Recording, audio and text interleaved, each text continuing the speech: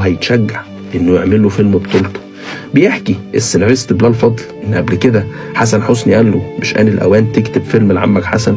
فبيقول بلال فضل ساعتها انه اتحرج يقول له، انه حاول كذا مره يطرح اسمه على المنتجين، لكن دايما كانوا المنتجين يقولوا له لا مش للدرجه دي، احنا عايزينه موجود في الفيلم.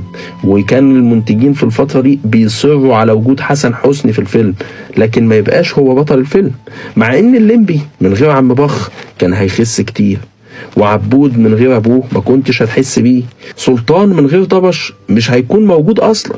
ولكن هذه هي الدنيا.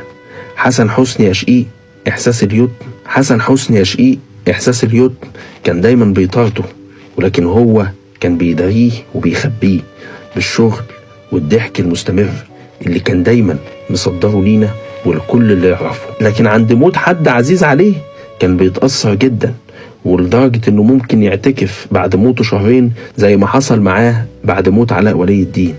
وبرضه لما ماتت بنته رشا سنة 2013 واتكسر قلبه، بيبدأ عم حسن يغرق نفسه في الشغل اكتر واكتر عشان يعرف يعيش ويكمل اللي باقي من حياته.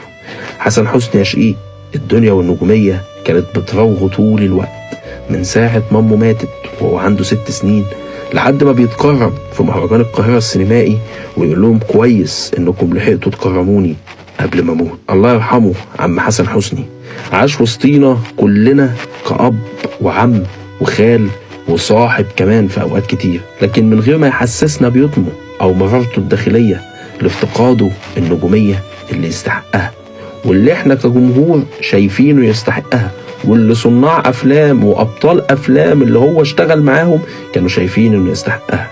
لكن هذا هو قدره وهذه هي دنيانا.